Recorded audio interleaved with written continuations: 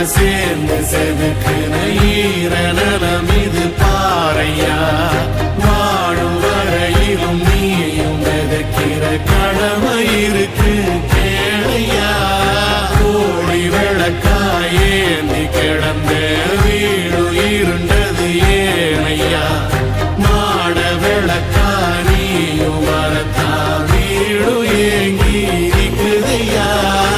எத்தனை 100 தலைமுறை சேர்ந்து செதுக்குன ஈரநலம் இது பாறையா. வாழும் வரையிலும் நீயும் விதைக்கிற கடமை இருக்கு